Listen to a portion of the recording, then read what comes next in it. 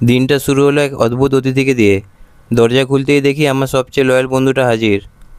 বাইরের আবহাওয়া একদম শান্ত, পুরনো সাইকেল, গাছপালা আর সকালবেলার ভাইব সব মিলিয়ে একটা আলাদাই ফিলিংস। এরপর চলে এলাম দোকানে। প্রতিদিনের মতো আজও শুরু হয়ে গেল কাজের প্রস্তুতি দিয়ে। সাফল্যের আগে আসে শৃঙ্খলা।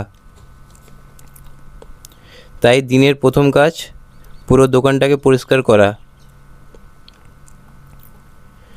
ছোট্ট ছোট্ট এই কাজগুলোই বড় স্বপ্নের ফাউন্ডেশন তৈরি হয়।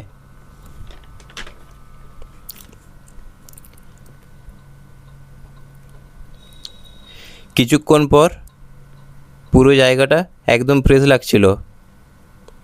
পরিষ্কার পরিবেশে কাজ করার মজাই আলাদা। একটা কুইক সেলফ চেক তো দরকারই, কারণ ক্যামেরার পিছনে থাকলেও মাঝে মাঝে সামনে আসতেই হয়।